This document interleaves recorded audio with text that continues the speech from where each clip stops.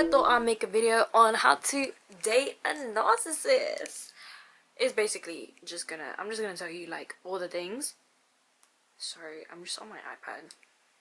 All the things, all the traits of a narcissist, so you know if you're dating one. And this is technically like part 2, like I said, to the cheating video, like how to get cheated on. So you might be from there, and I really hope that video helped you. But I thought we can have a conversation. It looks so bad, bro.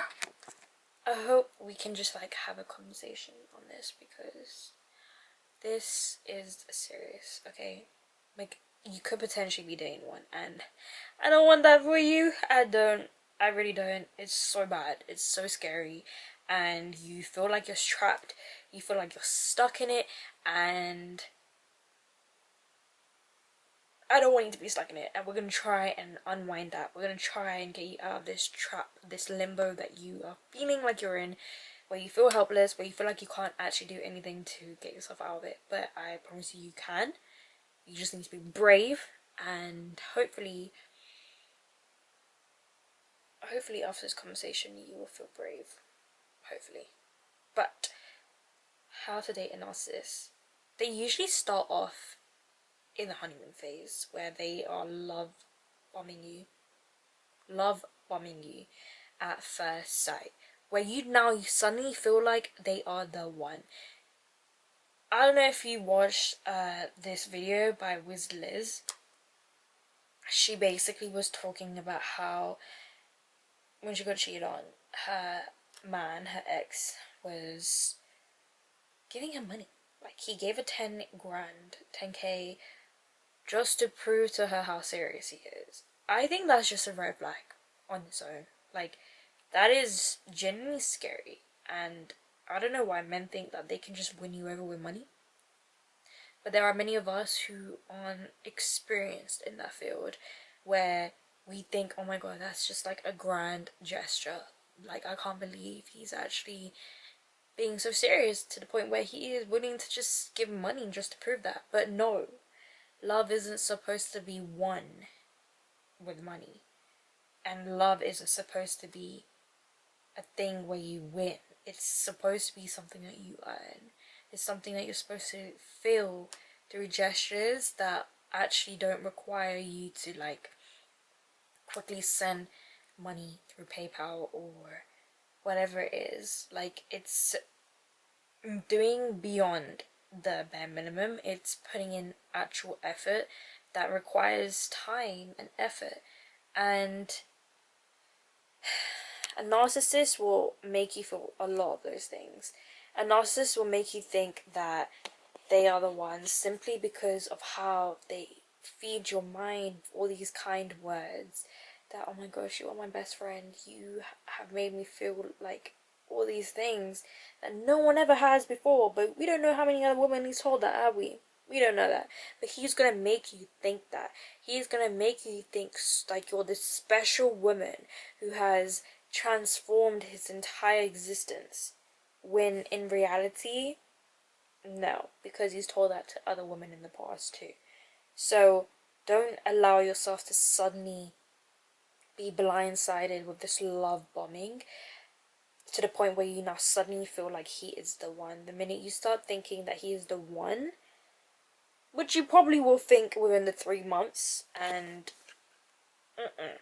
that's one sign, like at the start of any relationship, that you should really look out for. Do not allow yourself to think that he is the one. You will never know if that person is the one in 3 months' time. You will not know that. In fact, they all say this, that it takes like 3 months for someone to show their real signs. And when I was dating a narcissist, it literally took him 3 months to show his true colors, to cheat on me. So don't, like, I know so many other women who have gone through that exact same experience. So do not allow yourself to think that he is the one, because that is exactly what a narcissist would want you to do, to want you to think that. So no. Magnetic and charismatic personality trait. Now, this is something that, like, my ex and a lot of people had in the past, who I know, like my friends, like they've experienced. They are usually people that draw attention, draw a lot of like people, and that is simply because they're just a good talker. They're good at talking, and that is just something to really be aware of, because we get, our souls love hearing amazing things about us. We love hearing all these beautiful things that no one else would notice or usually tell you. And that's exactly what a charismatic, magnetic narcissist would do to you. They will say things to you in such a unique way that you've never heard before, and that would allow you to then feel all these emotions that you've not felt before. But you may have, but you've forgotten. But now they've reignited that, and now you just think that this guy is the one for me. Like, no. Be aware. Put your guard up, girl. Put your guard up. Don't just suddenly now start falling for someone just because they're this magnetic person, because the stuff they're telling you, I promise you they have reused that. It's a fly.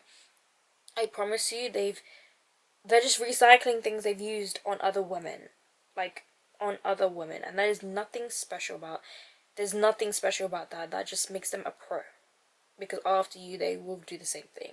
And if they're cheating on you, they are literally using the exact same recycled messages, the exact same recycled quotes, or whatever it is, things they're saying to you, speeches, whatever it is you want to call, to other women that they're probably potentially cheating on with. So don't allow that. And usually they are ones that move quickly in relationship. Like, my ex decided that he asked me to be his girl 3 months into the relationship, and I said no to him. I said no to him because 3 months was just too soon for me, and honestly, I just wish I said no, like, completely. I wish I just decided to, like, end the entire thing. Because at the time, I didn't know I was dating a narcissist. I had to go through the entire experience to actually, yeah. So, you get what I mean. But usually they like moving quickly in relationships. I don't know why that's the case, but I think more time is probably because of insecurity. Like, they feel like, oh, I gotta move quick because they could potentially, not like me in that way. They might not think that I am serious about them when I am. But then when it comes to then actually, like, if you say no to them, that hurts their ego, and that usually just makes them go cheat. And that itself is just crazy, because like I said, in my experience, that is what happened. And I actually think that probably, like, I actually think he just was so insecure, because for him to just cheat 3 months after, especially when I just said to him that no, because I don't think we're ready, like, it's too soon, it just shows, like, his true intentions. It really does. So just don't allow yourself to move quickly. Do not be someone that is working at his timing. Work on your own timing. Respect yourself. Put yourself first. If you think it's too soon, you take it slow. You genuinely take it slow. Don't rush yourself at all. And if he can't keep up with you in your timing, then I'm sorry, he's not the person for you, because clearly he wouldn't wait for you. Like, clearly he wouldn't. And that just shows you his actual true intentions that he had with you. Now, when you're dating a narcissist, usually they like to criticize little things, which leads you to self-doubt. And when I say criticize little things, they start saying things like, oh, why are you dressing like this? Why are you showing so much skin? Or why are you hanging out with your group of friends? There's so many guys there, there's barely any women. Like, they start criticizing little things. They start looking to start arguments with you on small things. And that leads you to then doubt yourself, that you are actually genuinely doing something wrong. But realistically, you are not. They are just insecure, and they have so much more to work on themselves, like, genuinely. So really watch out on the little things they start to, like, criticize on. And there's a difference between criticizing and feeling uncomfortable. And you're only going to figure out the difference in how they are telling you these things. like how they're communicating to you about these things. Like if they're saying, oh, I feel uncomfortable by this, I'd appreciate this, or whatever, like fair enough, that's respectful. But a lot of the time a narcissist will never ever speak like that. They will never. Another thing, and this is such a common thing, is that they make you go through a crazy emotional roller coaster of a journey. Like how can they use, like, one minute they're making you feel like, oh my gosh, you are like the most luckiest girl in the world, to the point where you want to leave the relationship but you don't know how. You're crying over the weekend, almost every single night, because you're not being heard, your feelings are being dismissed. Then next minute you're like having a one-on-one conversation, he seems like he's being serious about you. He then tells you, oh, I will change, I'll do this, that, third, like I'll prove my love to you. No, just no. You shouldn't be going through an emotional roller coaster of a journey. No man should make you feel confused in a relationship, because that itself is show telling itself. In fact, being confused is actually like in the Bible too. Like God talks about a man creating confusion is not the man for you. So really just watch on that, because that is just a red flag itself. Like no one should be making you feel confused in a relationship. You should not be going through roller coaster emotions. And girl, you do not want any of those beautiful hair follicles turning into white hairs, because you can't reverse that. So you don't want any sort of stress, and a roller coaster emotional roller coaster will cause that stress on you, and then that will just become a ripple effect, which will then start to affect your work ethic, your goals, your ambition, your drive, your eating habits, like all of that stuff. It starts to affect you, and you cannot afford. Hi, sorry, it died, so I'm back. As I was saying, before I was really interrupted, I think I was talking about roller coaster, being an emotional roller coaster journey. But I'm gonna move on, and I'm gonna tell you about gaslighting. Gaslighting, bro. I think by now we know what gaslighting is. Actually, let me actually like double check what gaslighting is. Give me one sec. I'm actually feeling so cold right now. Okay, gaslighting is the practice of psychologically manipulating someone into questioning their own sanity, memory, or powers of reasoning. Now, we're going to focus on memory, perception, and sanity. Just like how I was telling you how the minute I found out about my ex cheating on me and him DMing women and going on dating apps, like he never saw it as cheating. He literally told me that's not cheating. Yeah, it's disrespect, but I didn't cheat on you. Because in his eyes, or he wasn't educated on what actually cheating is and how it comes in different forms. Don't allow a narcissist to treat you like that, because that's crazy. Like, that's genuinely crazy, because I actually believed him. I said, okay, fine, you didn't cheat on me. Like, okay, yeah, you disrespected me, but you didn't cheat on me. Like, that's literally what I was questioning my own sanity at times, because of just the stuff. Like, when I was feeling anxious, and this is when I was on the birth pill, so that wasn't like combination. Being in a toxic relationship and being on birth pill is like the worst combination ever, because you feel so much anxiety, and like that's when you start to like blur the lines between, oh, is it my gut feeling, or is it just my pill just triggering my anxiety for no reason because I am in a toxic relationship. But we cannot allow that to happen. Like, we cannot, because then that is like when you allow the narcissist to then take control of your emotions and start confusing you on what actually is happening versus just, or is it just in your brain. And that's when gaslighting comes in. That's when you start to question, oh, did that actually happen? That's when you start to question your own perception and even like your sanity. Like, I was questioning my own sanity, but more time it was just my hormones mixed with birth pills, mixed with stress caused by relationship anxiety because of my ex, like all that stuff. So we cannot, like, the minute you are being manipulated, the minute you are questioning your sanity, that's when you know you are actually dating a narcissist. Like, you actually know you are. So just let's not do that. Like, let's not go over that, because that is genuinely the worst things you can ever do to yourself, because you lose so much self-respect. It's not even about losing self-respect.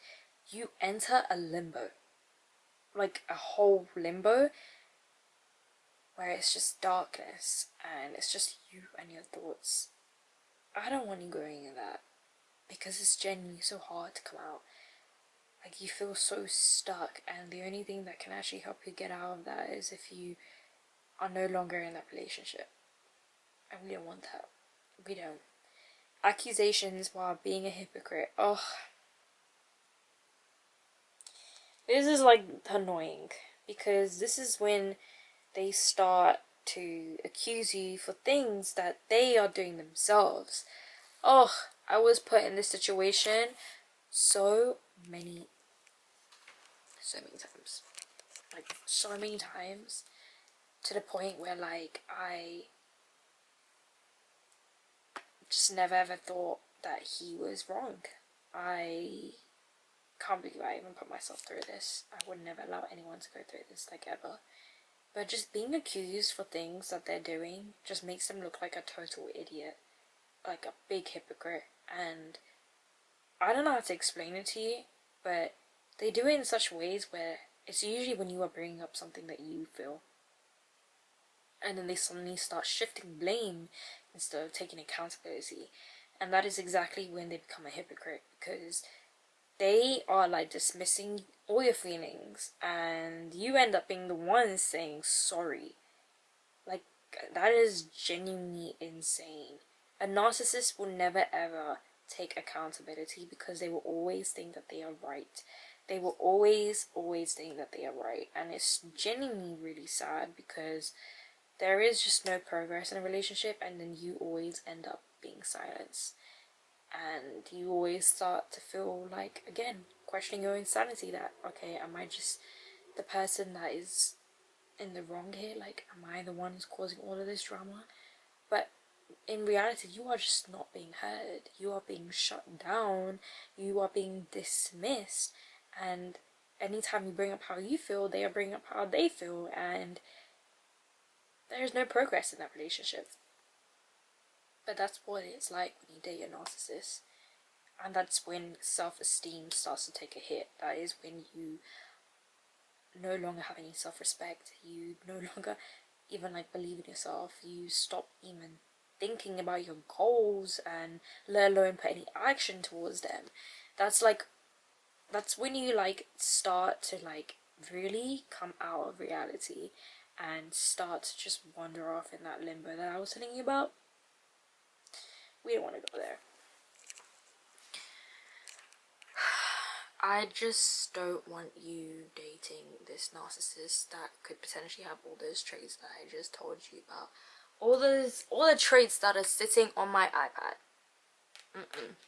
And I'm sure there's way more, but that's just based off my experiences and like my friends' experiences, and just anyone that I know. Like,